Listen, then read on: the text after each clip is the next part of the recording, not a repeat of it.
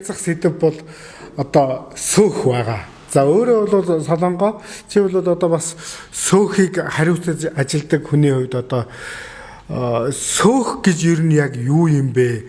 Сөөх гэдэг үгний довчлол чинь яг юу вэ? Яагаад би ингэж асууж байгаа юм гэхээр манайхан сөөх гэхээр нэг бараг зарим нь одоо сөөх гэдэг үгийнхээ нөгөө довчилсан үгийнхаа юугч зарим нь бас мэдхгүй тохиолдолд бас байдаг байхгүй. Тэгэхээр яг энэс хоёлоо яриагаа эхлэе тэхүү. Сөөх гэж яг ер нь юу юм бэ?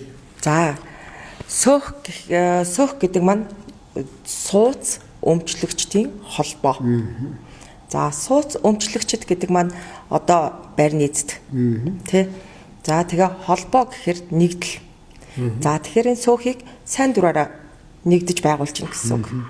За зорилго нь юу юм бэ гэхээр тухайн өмч хөрөнгийнхөө үн цэнийг алдагдуулахгүй, үн цэнгийг хэрхэн өсгөх вэ? Ерөөсөө л зорилго нь. Тий. За тэгээд эрүүл аюулгүй орчинд амьдрах, тий баталгаатай нөгөө амьдрах гэдэг үгнээсээ тий. Тэгэхээр энэ л зүйлүүдийг одоо зорилгоо олгож нэгдэж байгаа иргэдийн нэгдэл гэсэн үг. За тухайн сууц өмчлөгчдийн одоо сөөхийн дарга гэж ярьдаг шүү дээ. Тэ сөөхийн дарга бол тухайн иргэдийн ажилтан байгаа байхгүй. За тухайн иргэдийн ажилтан тухайн иргэд маань цалинжуулаад за тэгээд нийтийн эзэмшлийн тэ одоо гэр доторхоо бол бид нэр өөрсдөө цэвэрлэл хараал өөрсдөө хянаал одоо дотор нь амьдарч байгаа юм чинь явчихдаг шүү дээ. Өдөрдөө авчин. За тэгээд ажил гээл гадуур бид нэр ажил төрөл гээл явчихаараа тэр болгон бид нэр орцоо гараад цэвэрлж амждаг үлээ үгүй илүү тэ тэр болгон бид нэр нөгөө орцныхоо эргэн тойронд орчноо бас бид нэр хянч чаддаг үлээ үгүй илүү. За тэгэхээр энийгээ бид нэр чадахгүй байгаа учраас бид нэр нэгдээд тий нэг хүнээр төлөөлүүлээд тэр чадахгүй зүйлээ одоо хариуцуулъя гэд тэр тухайн хүнийг бид нэг өсөндөө тэр чин одоо бид нэр үйл хөдлөх хөрөнгийнхаа нөгөө үн цэн тий өөрсдийнхээ эрүүл аюулгүй амьдрах баталгаатай байх энэ үн цэнээ бид нэр одоо тэр хүнээр хариуцуулж гин гэсэн. Тэгэхээр бид нэр тухайн тэр хүн бидний хариуцуулаад одоо мэдээж нөгөө үүрэг хариуцлага харахаар дандаа ард нь санхүү яригдана тийм. Тэгэхээр сөөх яаж санхүүжиж тухайн одоо энэ зүйлүүдийг арчилж хамгаалж хянах юм. Тэгэхээр энэ санхүүжилтийг хэн өгөх юм бэ гэхээр нөгөө сууц өмчлөгч нөгөө иргэд айлууд өгч ийн гэсэн үг. Тийм айлууд өгч ийн гэсэн. За тэгээд энэ санхүүжилтийг хэрхэн бий болгох юм бэ? Энэ өөрөө айгүй чухал байгаа. Тэ. За тэгэхээр хамгийн түрүүнд бид нэр сөөхөө ямар бүтцтэй ажиллуулах юм? Тэ. За сөөхийн дарга гэдэг хүн одоо гүйцэтгэх захирал тэ гэдэг хүн байна. За тэгвэл бид нэр үйлчлэгчийн хэдэн үйлчлэгчтэй байх юм. За харуул хамгаалтын байгууллагатай хамтрах уугүй юу? Жижүүртэй байх уугүй юу? За ингээр нөө цалингийн сан маань хэд болох юм? Тэ энэ маань бол бодит зардал шүү дээ. За тэгээд нийтийн эзэмшлийн талбайн одоо цахилгаан дулааны одоо нийтийн эзэмшлийн талбайн хэдэн метр квадрат тэ тэрэнд одоо оногдох цахилгаан болоод дулаан одоо тэр зардлуудыг бас тооцох нь байна. За хог хаягдлын зардлуудыг тооцох нь байна тий. За орчны хамгаалалт арчилгаа цэвэрлэгээ үйлчилгээнд мэдээж нөгөө цэвэрлэгээ үйлчилгээг гараараа угаа цэвэрлэхгүй тодорхой тий. Тэгээд цэвэрлэгээний бодис бүтээгдэхүүн хэрэгслүүд нь юу байх юм. За энэ мэтчлэнгээр нөгөө яг гарах зардлуудаа нийт зардлуудаа бид нэр тооцож үзээд за дараа нь цаашид бид нэр хэрхэн яаж хамгаалах юм. Тэгэхээр цаашид гэдэг зүйл маань бол одоо нөгөө магадгүй эвдрэл гэмтэл хизээ яаж гарахыг бид нэр хэлж мэдгүй таашгүй тий. Тэгэхээр тэрэндээ зориулаад бид нэр ямар хуримтлал үүсгэх юм. За энэ хуримтлаа тооцоод нөгөө бодит зардалтайгаа нийлүүлээд за ингээд сүүхийн маань төлбөр нэгэсэндээ бий болж гин гэсэн үг байхгүй. За тэгээд энийг сууц өмчлөгчд маань хурлаараа нийтийн хурлаараа эднэрийг ингээд юу яана баталж тогтооно. За энэ баталж тогтоосны дараа нийтийн мэдээж нөгөө олуулаа ингээд яриад байхлаар тэр болгон бид нараас олуулаа ярьж чадахгүй юу те. За тэгэхээр бид нар тодорхой хэмжээний нөгөө өөрсдийгөө төлөөлөх удирдах зөвлөлийг бий болгох нь байна.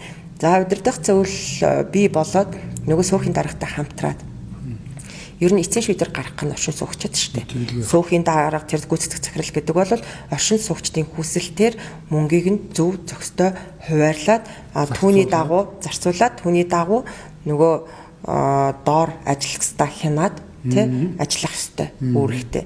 За тэгэхээр эцсийн шийдвэр гаргах ч гэхээр нөгөө удирдах зөвлөлийнхэн маань ямар ажлыг хийх юм. Тэгээ энэ төлөвлөгөөнүүдийг гаргана гэсэн үг болчихж байгаа байхгүй. Сөөхтэй энэ тал дээр ингэж хамтарч ажиллана. За хяналтын зөвлөл гэж бас бий. За хяналтын зөвлөл маань болохоор тухайн ажил одоо хэрхэн хийгдэж байна те. Үнэхээр миний одоо халааснасаа гаргаад өгсөн мөнгө маань зөв зөвхөстэй зарцуулагдаж байна уу? За би энэ сүүхийн одоо сүүхэ хариуцуулж байгаа хүн маань те үнэхээр энэ ажлыг гүйцэтгэлтэй хийж чадчихна уугүй юу гэдгийг л хянана штэ. Тий. Тэгээд эргээд энэ нөгөө тайлан тооцоо маань яаж хүрч гинүү гэдгийг хянаад явчих байх байхгүй юу. За тэгээд оршин суугчид одоо айгүйх сүүхийн дарга гэхээр идсэн уусан гэж ярьдаг. Энэ бол 100% оршин суугчид өөрсдийнх нь алт байхгүй. Би халааснасаа мөнгө гаргаад миний мөнгийг хин нэгэн аваад дураараа одоо буруу юм зарцуулаад байвал би цагдаад очиж хэлнэ зү. Би наазахын цагдаа гэж хүн байж. За сөөх өөрөө одоо хуулийн хэллэг нь бол сууц хэмжлэгчдийн холбоо маань хуулийн этгээдийн эрэхгүй хуулийн этгээд гэж явдаг. За хуулийн этгээдийн эрэхгүй хуулийн этгээд гэхээр энийг жоохон дэлгэрүүлээ. За хуулийн этгээдийн эрэхгүй хуулийн этгээд гэхээр одоо сөөх бид сөөхийнхэн одоо банкн дээр очиод зээл авах боломжгүй. За банкн дээр очиод зээл авах боломжгүй. Ер нь нөгөө сөөх өөрөө одоо ХХК юм уу ХК шиг бүрэн одоо ямарваа нэгэн банк юм уу санхүүгийн байгууллагатай хамтрах юм уу. За нэг бол одоо шүүх тий хариуцлагын тал дээр ажиллахад ч гэсэндээ шууд өөрсдөө бас ажиллах боломжгүй байдаг. За гэрчлэгийг маань яадаг вэ гэхээр бидний одоо хүсэлтийн дагуу хамтраад нэгдлээ байгуулъя гэсэн хүсэлтийн дагуу тухайн харьяа дүүргийн одоо суух хариуцсан мэрэгчлэлтэн гэрчлэгээ гаргаж дүүрэг одоо гэрчлэгийг олгодог. Суухийн гэрчлэгийг олгодог тий. Тэгтэл нөгөө хуулийн этгээд чинь бол бүр нөгөө улсын бүртгэлийн газраас тий хуулийн этгээд гэдэг бүр юугаа авдаг штэ. Тий. Тэгэхээр бидний хувьд бол одоо тийм юугаа дүүргээс авдаг байх нь. За одоо нөгөө орон байрны төлбөр тооцоо асуудалтай байна шүүх цагдаа гэдэг юм бол заавал нөгөө хууль эрх зүйн бүрэн чадамжтай тий эрх зүй ч юм уу төлөөлүүлэгч ч юм уу нэг бол өмгөөлөгч ч юм уу авч ингэж ажилтдаг байгаа. Банк санхүүгийн салбар дээр зээл авах одоо бүтээн байгуулалт хий одоо тий сайжруулъя ингэж хийе гэхээр банк санхүүгийн салбартаа бас хамтрахад бас хүндрэлтэй байдаг энэ тал дээр бол. За түрүүн хоёулаа одоо энэ ярианд дурдагдлаа. Ер нь оршин суугчид сөөх хоёр бол хоорондоо ер нь л одоо бидний манисыгоор бол үл ойлголцол бол их байдаг. Биендээ итгэхгүй яг түрүүний хэлдгээр ингээд мөнгө төгрөг ингэчлээд ихчлээгээд ингээд байдаг нэг юм үл ойлголцол яваад байдаг. Тэгээ энтэйг уялдуулаад гарч ирдэг нэг юм нь бол одоо нөгөө сөөхийн сар тутмын төлбөрүүдээ ингээд нэг төлөхгүй. Одоо тэрийг зарим иргэд нь бараг одоо зүгээр мөнгө би бараг өгөөд байна. Энэ мөнгө ер нь одоо ингэж өгөх хэрэг байдаг ч юм уу, гүү ч юм уу гэсэн ийм ойлголттой хүмүүс бас байдаг байхгүй юу? Байна. Тийм. Тэгээ энэ тал дээр одоо ер нь яамаар юм бэ? Тэгээ сөөх уул нь одоо энэ чи тэр хүний чи миний чи ингээд таны амьдарч байгаа байр нь бидний одоо хамаг хөлс хүсээ шингээж авсан үл хөдлөгчүүд тийм ээ. Энийг л хайрлж хамгаалж одоо үн цэнтэй аятаа тухтай амьдрал гэж байгаа зорилго шүү дээ тийм ээ. Тий. За нөгөө хууль эрх зүйн зохицуулт байгаа биднэрт бас. За ямар хууль эрх зүйн зохицуулт вэ гэхээр нөгөө дундуу эмчлийн одоо эд хөрөнгийн тухай хууль тий одоо нөгөө сууц өмчтдийн холбооны эрх зүйн байдал. За тэгээд нийтийн зориултаа орон сууцны дундын өмчлийн эд хөрөнгийн тухай хууль гэж байгаа. За тэгээ иргэний хууль байна. Тэгэхээр бид нар нөгөө хуулаа бас энэ хуулаар одоо удирдах зөвлөл болоод хяналтын зөвлөл за тэгээд сууц өмчлөгчийн холбоог хэрхэн яаж ажилуулах вэ? За холбоог удирж байгаа хүн бас ямар үүрэг тэ эрх үүрэгтэй оролцох вэ гэдэг хуулиар бас тодорхой хэмжээний зохицуултыг хийгээд өгсөн байдаг. За тэгэхээр бид нэр энэ хуультайгаа бас өөртөө иргэн бид нэр өөрөө хуулиа уншиж судлах нь бидний үүрэг багхгүй юу? Тэгэхээр энэ үүргээ биелүүлээд хүлээгээд энийг өөртөө уншиж судлах хэрэгтэй. За хоёрдугаарт түрүүн хэлсэн шүү дээ. Би эцсийн шийдвэр гаргах гэж. тий одоо нэг сууц өмчлөгч эцсийн шийдвэр гаргаж. Энэ тий нөгөө юмны эзэн болох хэрэгтэй байхгүй юу? Өөртөө юмны эзэн. Тэгэхээр би хичнээн завгүйч гэсэн та завгүй гэж тэр үйл ажиллагаанд орохгүй, тэр хамтрах юмд орохгүй л байгаад байвал таны үйл хөдлөлийн үнцийн тэр хэмжээгээр л унаж байгаа шүү дээ. Тэгээд нөгөө зовж хөлсөө зовслуулаад баг ингээд өчнөө цаг хугацааг алтан барин байж тэрний төлөө зүтгэж тэрийг олж авчаад эргээд ингээд хайччин л гэсэн үг шүү дээ. Тий. Тэгээд нөгөө мөнгө олчвол нөгөө ажил хийчихэл тэгээд шууд хайчиж байгаа тийм ялгааг болчихж байгаа байхгүй. Тэгэхээр тэрнийхээ төлөө эргээд өөрсдөө өмчлөгчд өөрсдөө тэмцээд тэр хууль эрх зүйгээ судлаад тий тухайн одоо хяналтаа хэрхэн тавих юм. Ер нь бол одоо тэрийг тайлангаа тухайн нөгөө за эн чи ажилтан гэж сүүхийн даргаыг би ажилтан гэж хэлсэн шүү дээ. Тэгэхээр нөгөө ажил үүрэг ажлын байрны тодорхойл тий ажил үүргийн хуваалт гэдэг юм байгаа шүү дээ. Тэрэн дээрээ тодорхой зааж өгөөд хизээ тайлан тавих юм. Ямар хугацаанд тавих юм? Тайлангаа яаж тавих юм? Тэ магадгүй би бол одоо ингэдэг иргэдэд яг бүр нөгөө нэгтлэнгийн зүгээс бол нэгтлэн улсад одоо тайлангаа тавьж ин тэ.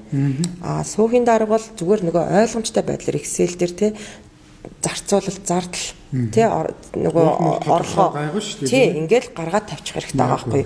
Бүтээн байгуулалт болсны дараа бол шууд бүтээн байгуулалтынхаа манайхан ч нөгөө доороо мартчихдаг.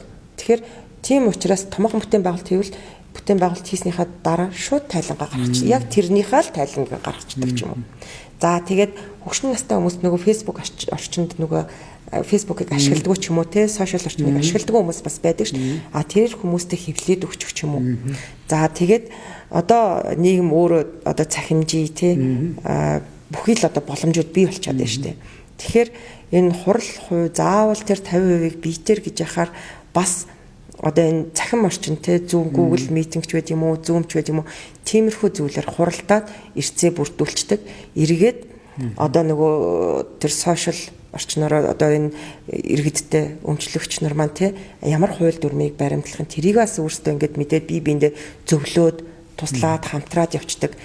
За тэгээд нөгөө эрх зүйн тэр эрх үүрэг гэднэрээ маш сайн л мэддэг байх хэрэгтэй. Тэгчийн болвол одоо тэгээд өөртөө л ер нь энэ бол иргэдийн 100% оролцоо шүү. Тийм байна. Тэгээд одоо түрүүн ингээд яхаар одоо ингээд нөгөө төлбөр цөөхөн мөнгө өгөөгүйгээс болоод зарим одоо айлууд иргэд өгөхгүйгээс болоод за нэг 100 айлаа гэхэд нэг 20-30 айлын төлөхгүй ингээд зарим нь ингээд нөгөө нэг хуримтлагдаал одоо маш их болчдөг. За энээс үндэслээд нөгөө төлсөн иргэд нь сар уус юм ингээд төлөөд яваад байгаа иргэд нь их нь ирэх зөрчигдөг. Энэ яаж зөрчигдгүү гэхээр та нар төлбөр төлөөгүй юу учраас одоо лифтийн зогсоодог ч юм уу те нэг иймэрхүү юмнууд гараад идэг. Тэгэхээр энэ төлөөгүй энэ иргэдийг те одоо яг өнөөгийн нөхцөлд яг хууль эрх зүйн яг ямар тэр хүмүүсийг ингээд төлөвлөөд явуулах гэдэг юм уу те ийм юм нь яг ямар байдаг юм болов? За 6 сар төлөөгүй байх юм бол ер нь нөгөө хуулиндаа бол одоо 6 сар нэхэмжлэх өгнөлтөө одоо төлбөрөө төлөөч гэдэг. Тэгээд 6 сар төлөөгүй байх юм бол одоо тухайн иргэн төлөөгүй гэдэг сүүх хариуцж байгаа одоо мэрэгчлэнгүүд бол одоо шүүх тандах эрх нь үүсдэг. За нөгөөтэйгөр болохоор төлөхгүй гэд иргэд тэгж जैन те. За төлөхгүй гэж байгаа бол тухайн одоо сүүх хариуцж байгаа мэрэгчлэлтэнгээс тог маань хэд гарсан те. Тогны төлбөр төлсөн үү? Энэ болгон чинь нөгөө дандаа баримттай, нотлохоотой явж байгаа шүү дээ. Тэгэхээр төлбөр маань хэд болсон бэ? За цэвэрлэгээ үйлчлэгээ хийсэн үйлчлэгчд хэдэн төгрөг төлсөн бэ? Нөгөө тэгэхээр тайлан тодорхой байх юм бол энэ асуудал хэр баг үүсдэггүй. Үүсэхгүй яг үнэ. Үүсэхгүй. Дийлэнхтэй одоо энэ сүүхийн дарга нарыг манайхан үнэтэй цайтай төрөнгөө одоо хариуцуулах гэж байгаа яжж нэг цалингийн доод хэмжээгээр 660 мянгаар цалинжуулчих. За нэг ажилгүй хүнээрээ ингээд яг вэ чи нэг ингэ явчих. Бараг аргалаа за нэг аргалаа явчих гэж. За ингэж хамтарч ажиллаж ингэж эрх үүрэг ярьсан сүүхийн дарга нар дээр бол дийлэнхтэй иймэрхүү асуудлууд гардаг. Ер нь бол энэ сүүхийн гүйцэтгэх захирал дарга гэдэг чинь бол үйл хөдлөх хөрөнгийн менежер байгаа байхгүй юу? Чи бүр маш чухал одоо бараг нөгөө улс орны эдийн засгийн тэ үйл хөдлөгч өөрөө улс орны эдийн засгийн хөгжил ярьдаг зүйл. Тэгэхээр энэ хөгжлийн одоо гол тоглогч нь баг сүүхийн дарга нар байгаа байхгүй. Уг нь бол тэгтэл манайхан өөрсдөө за яах вэ? За тэ сүүхийн даргад нэг 660 болно гэдэг. Тэгэхээр тэр хэмжээнд нь л нөгөө тийм л мэдлэгтэй олдож байгаа байхгүй. Тэгтэл тэр эндээ анхаарал хандуулаад те нөгөө хөдөлмөрийн гэрээгээ хийгээд ажлын байрны толгойр эрх үүргээ ярьсан байгаа цагт тухайн хүн тэр эрх үүргийнхаа дагуу л ажиллана. Хэрвээ нөгөө ялгаагүй шүү дээ хөдөлмөрийн гэрээгээр л ажиллаж байгаа шүү дээ. Тэгэхээр хөдөлмөрийн гэрээгээр ажиллаад яа тийм би нөгөө хариуцлага нь юу байдгийг эхлээ сануулна те сануулна нөгөө хувь хасна хөдөлмөрийн гэрээнд эргээд хариуцлагын одоо эрх зүйн зохицуулт нь байгаа шүү дээ. Тэр эрх зүйн зохицуултаараа л явчих шүү дээ. Энэ ерөөсөө амархан байхгүй юу. Тэ манайхан тэр ингээд юмаа тайлангаа тавихгүй байх тэр өгөхгүй ингэж хэрүүл хийх биш. Тэр хүнээсээ бид нэр за тайлангаа энэ сардаа тавьсангүй за тэгвэл одоо нөгөө удирдах зөвлөх хяналтын зөвлөлийнхөндөө бид иргэд гомдлоо гаргаад за алуу энийг асуудлаа ярья. Заавал хурал зөвлөгөөний зохион байгуулалт биш байхгүй юу. Магадгүй 50%-аас дээш оршин суугч нь гомдол гаргацсан байх юм бол тэрийг хяналтын зөвлөл удирдах зөвлөл нь шууд анхаарч ажиллах хэрэгтэй байгаа байхгүй юу. Анхаарад за тэгвэл энэ сүүхийн дарга энэ хөдөлмөрийн гэрээний дагуу байж чадчих нүггүй юу. Шууд ингээл ярилцчих ёстой зүйл байхгүй. Тэгээд манайхан нэг явган айгуу хэцүү өөртөө тайлан тооцоогоо үзье, харъя, анхааръя. Манай тэр ингэчжээ, манад ийм асуудал үүсчихжээ.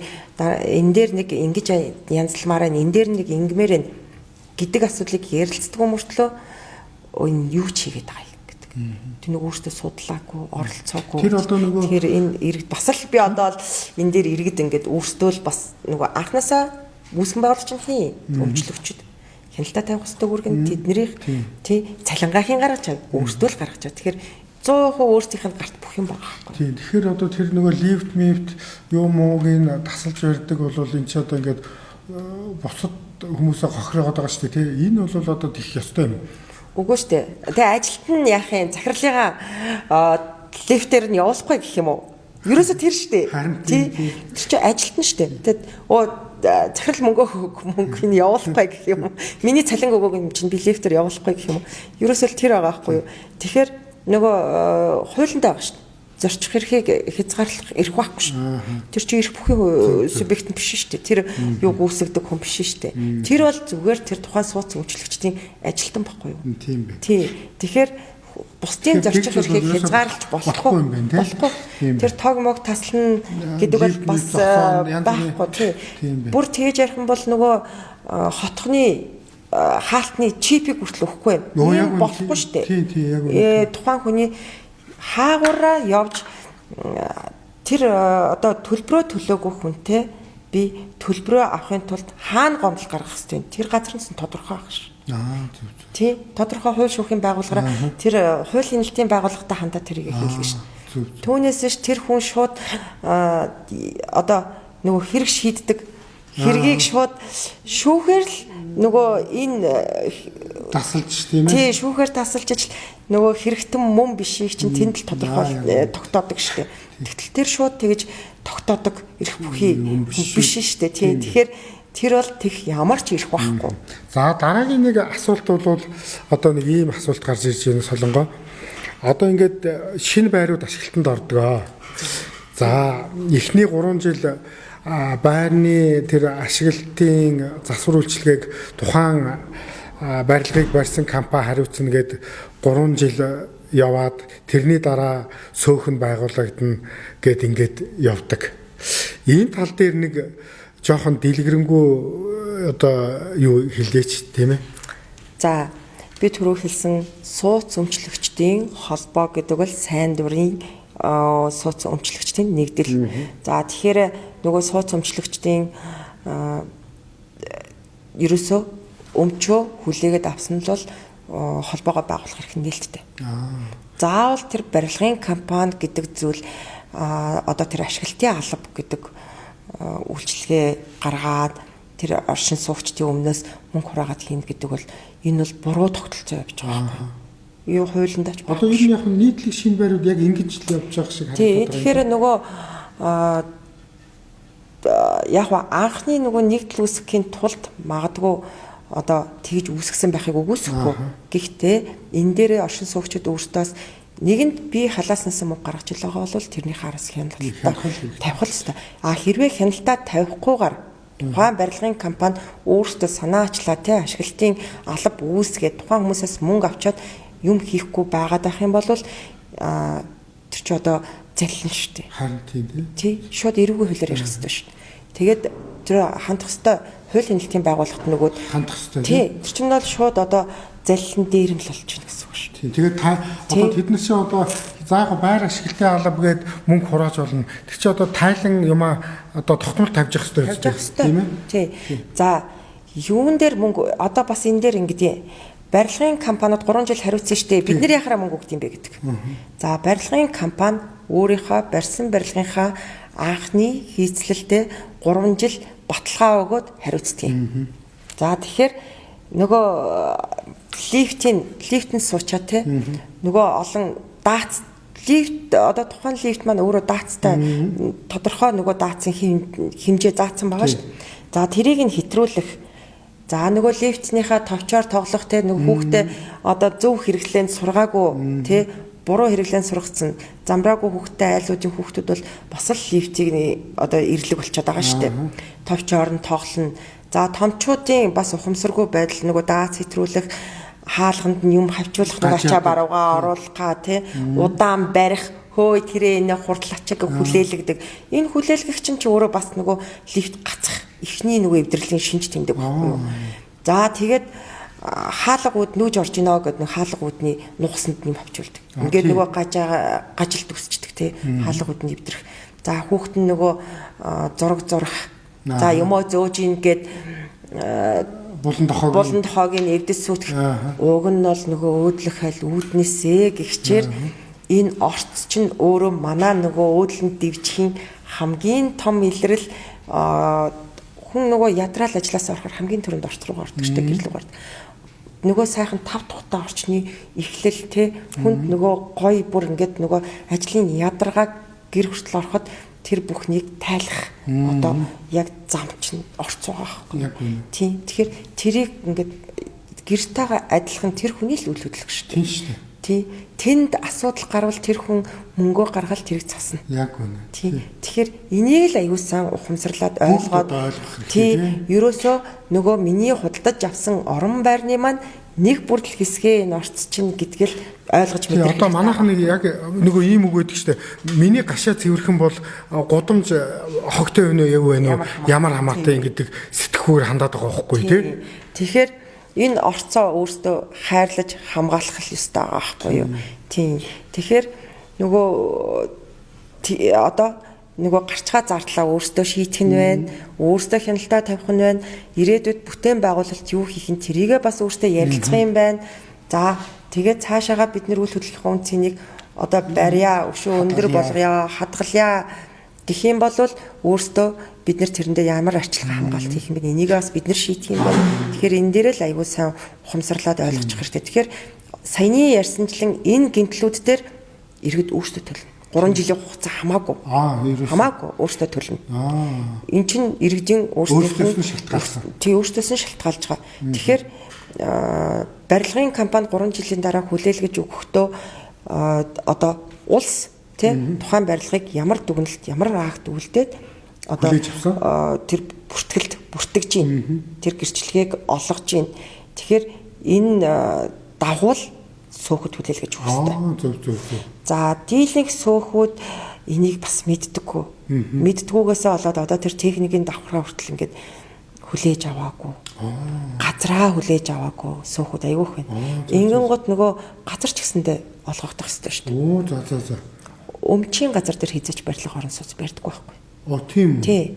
Тэгэхээр газар заавал нийтийн эзэмшлийн газар болж байж барилга одоо энэ орон сууц баригддаг. Хуулиндаа ч юм байна. Тэгэхээр нийтийн эзэмшлийн талбай болгоод өгсөн чинь тэгвэл манай орон сууц хэдийн хэмжээний газар эзэмшгэ. Тэрийгэцсэн тухайн барилгын компаниас бид нар хүлээж авах хэрэгтэй. Тэгж хүлээж аваагүйгээс болоод нөгөө барилгын компани хүлээлгэж өгөөгүй нөгөө суухийн дарга нь тэрийг хүлээж авах мэдэхгүй хүлээж аваагүйгээс болоод нөгөө байшинд нь дахиад наалтаад барилга орчдөг.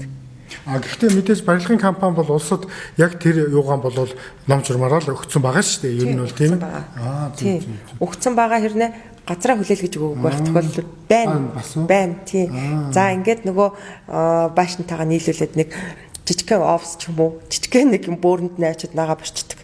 Тэгээд 1-2 давхрын айлуудын нар салхи, халахлагдаад ч юм уу те нөгөө амьдрах орчин нь одоо амьдрах орчин биш болох тохиолдлууд одоо бий болоод хууль шуурх маш олон ийм асуудлууд явж штэ. Тэгэхээр энэ дээр хүртэл өөртөө анхаарах хэрэгтэй. Тэгээд тэр техникийн давхар одоо бохрын тэр үүслийн давхарт байгаа тэр өрөөнүүдээ бид нэр бүгдийг хүлээж авах хэрэгтэй. Тэгтэл зарим нь бол одоо барилгын компани зарцсан байх жишээ. Тэ. Тэгтэл нөгөө айлаас хувийн өмч болчдөг. Хувийн өмч рүү нөрөөд нөгөө дундын өмчлийнхаа хөрөнгө засварлах гэдэг. Нөгөө хүнээ хараад идэг. Тэгээ энэ мэтчлэнгээр хүндрэлтэй асуудлууд идэг. Тэгэхээр улс юуг хүлээж авч юуг харж дүгнэлт акт гаргаж ин тэрийг л аягүй сайн хүлээж авах хэрэгтэй. Дээрээс нь одоо түрүү нөгөө иргэдийн өөрсдийнх нь одоо ус алдах ч юм уу ямар нэгэн тохиолдлууд байдаг. Би жишээ нь гэхэд одоо иргэд хоорондоо одоо 5 давхраас 4 давхар ус алдахаар сөөх рүү ярьдаг. Энэ бол одоо тухайн иргэдийн өөрсдийнх нь хариуцлага байхгүй юу? Сөөх тэрийг хариуцахгүй байхгүй юу? Тэгэхээр иргэд нөгөө үл хөдлөх хөрөнгөө даатгуулдаг байх хэрэгтэй. Даатгал гэдэг юмыг бас ашиглах хэрэгтэй. Тийм. Дээрээс нь тухайн мэрэгжлийн байгууллагаар тэр засвар үйлчилгээгээ хийлгэж байгаа шүү дээ. Одоо цахилгаан амны гэмтэл байна уу, шугам хоолойны сангийн гэмтэл байна уу, мэрэгжлийн хүнээр хийлгэж байгаа. Мэрэгжлийн хариуцсан конторууд нь байгаа. За тэгээд тэр контор мэрэгжлийн байгууллагууд нь хариуцаж ингэж хийж байгаагийнх энэ сөөхийн хариуцах ёстой шугам уу? Тухайн айл өрхийн өөрийн хариуцах шугам уу гэдгийг тэр мэрэгжлийн хүмүүс мэдж байгаа. Тэр хүмүүсээр актаа бичүүлж аваад за энэ бол одоо энэ гэмтэл гараад манад ийм асуудал усалдсан асуудал бол энэ шугам сөөхийн шугам байна. Танайха сөөхийн шугамаас болоод одоо манад гэмтэл ингээд хохирол учирсан байна гэд тэр хохирол зардлаа тухайн мэрэгчлэлтэнгүүдээс авсан актын дагуу хүн төлөвлөх эрхэн нөөснө нөө шаардах хэрэг чинь тэгж үсэж байгаа байхгүй. Тэгэхээр мэрэгжлийн байгууллагаас тэрийг тодруулдаг байх хэрэгтэй. За та манай өөрийн шугам мөн бишийг батлаад нөгөө бидэнд акт үлдэж өгөөч гэхэд тэд нэр үлдэхэл ёстой. Тий, үлдэхэл ёстой. Энэ бол тухайн мэрэгчлэлтэнгүүдийн бас хийх ёстой ажил үүрэг. Тэгэхээр энэ мэтчлэнгээр сөөхтэйгээ хамтарч ажиллана. Мэдээж нөгөө сөөх рүү орж байгаа нэг халааснаас ч наад нөгөө халаас чинь ингэж гал зүйл шүү дээ. Тэгэхээр энийг бас аюул сайн бодолцох хэрэгтэй. Тийм байна. За одоо тэгээд хоёулангийн яриа их сайхан болж байна. Тэгээд одоо энэ сөөхийн тухай хууль гэдэг одоо яригдаад байгаа тийм. Ер нь сөөхийн тухай хууль яг ямар болоосоо гэж бодож байна? За сөөхийн тухай хууль одоо Намын чимэг гишүүн ажиллаж байгаа ажиллаад яваад эхнээсээ дүүргүүдтэй уулзаад яваад байгаа юм байна. За энэ тал дээр бас би бас уулзахыг бас хүсэж байгаа. Тий уулзна гэж бодож байгаа. За тэгээ сөөхийн тухай хууль нөгөө хуулийн этгээдийн эрэхгүй гэхээр бид нар бас тодорхой хэмжээний нөгөө бүтээн байгуулалт хийх гэхээр нөгөө хөрөнгө мөнгө маань хүрэлцдэггүй. За хувийн юмч учраас тэр болгон улсаас бас ингээд туслалцаа хүсэх гэхээр хязгаарлагдмал боломжгүй байх тохиолдлууд байна. Төр одоо хувийн хөвшил учраас төрөвтэй холбодог гүүр нь иргэдийн төлөөлөгчд. Бид нартэй яг хамтардаг одоо хамтардаг нь иргэдийн төлөөлөгчд байдаг. За иргэдийн төлөөлөгчдөө тэгэхээр одоо энэ хуулийн дээрээ бид магадгүй тий одоо нөгөө хууль эрхцэн орчны маань сайжруулад өгөөд банкнаас тодорхой хэмжээний зээл аваад тий бүтээн байгуулалтаа хийдэг. Эргээд нөгөө одоо баг лизинг ч юм уу тий тэгээд нөгөө эргээд бид нар бас нэг хүүтэйгэр ч юм уу тодорхой хэмжээний буцаагаад ингээд нөгөө банкны харилцаан дээр ч юм уу тий ямар нэгэн одоо энэ харилцаа одоо санхүүгийн харилцаанууд дээр бас иймэрхүү боломжуудыг олгоод өгчвөл нөгөө хувийнхаа өмчөө арчилж тордоод нөгөө өшөө хөгжүүлэлтийн бас гоё зүйлийг хийж болох боломжууд бас байгаа хгүй юу. Тий. Заавал бид нэр ингээл нөгөө 20 40 жилийн хүлээгээл улсыг хараад бүр сапирал бүр мууцныхын дараа улсаас тусалцаагуудыг энэ бол уг нь байж болохгүй.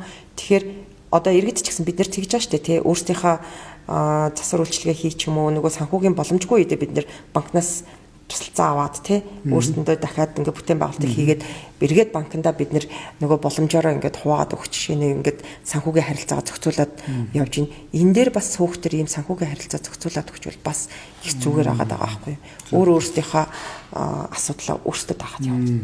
Улсад бол энэ маань өөрөө тэгэхээр нөгөө хүндрэл үүсэхгүй л гэсэн. Зарим нэг энэ зүйлүүдийг нь бас нээлттэй болгоод тий эрх зүйн зохицуултуудыг нээлттэй болгоод өгчвөл бас зүгээр юм тий олон боломжууд нэгдэн иргэд өөрөөсдийнхөө одоо өмчлөд яг эзэн болоо тий өөрөөс улсыг хараад байдгүй тийм л одоо эрх зүйн татвар төлбөрөө яг цаг хугацаанд нь төлдөг ч юм уу тий. Тэгээ нөгөө эрүүл аюулгүй орчинд амьдрах энэ нөгөө зорилго манд биелэх бас боломжтой байгаа байхгүй юу. Тэгэхээр энэ дээр одоо иргэдийн төлөөлөгчид ч гэсэндээ энэ дээр бас аюул сайн хамтарч ажиллах хэрэгтэй. Төлөөлөгчид ингээл нөгөө дэвшгээл ирэхээр аюул сэрхий хүрээл ирдэг. За төлөөлөгч юу хийдийм бэ гэдэг иргэд нэг сайн мэддэггүй бас. Эн чинь нөгөө одоо суухийн дарга иргэдээс авсан мөнгө төгрөгөө зөв зарцуулаад зохион байгуулад зарцуулах чинь. Яг энтэй адилхан улсын төсвөөс бүрдэж байгаа мөнгийг иргэдийн төлөөлөгчид зохион байгуулалт зарцуулж байгаа шүү дээ. Ер нь суухийн дараагийн бараг шат байгаа байхгүй юу. Тэгэхээр иргэдийн төлөөлөгчид ингэж зарцуулалтын юг хийдэгтэйгээ нөгөө дэвшгээс өмнө те иргэдийн төлөөлөгч юу хийдیں۔ Тэгэхээр иргэдийн төлөөлөгч одоо нөгөө суух иргэн биднийг төртөө холбож байгаа нөгөө хамгийн наадлын хүн хамгийн одоо чухал гүүр маань байгаа учраас тэр хүмүүстэйгээ бид нэр хэрхэн яаж хамтрах вэ гэдэг дээр иргэдийн төлөөлөгчд ч юм уу хууль сурталчлах, хуулийг ойлгуулж, таниулж, мэдүүлж, тайлбарлах энэ ажил дээр бас аягуулсан сүүхтэйгээ хамтарч ажилламаар байгаа. Иргэдийн төлөөлөгчд анх бол дэвшигтэй аягуулсрахыг хамтардаг.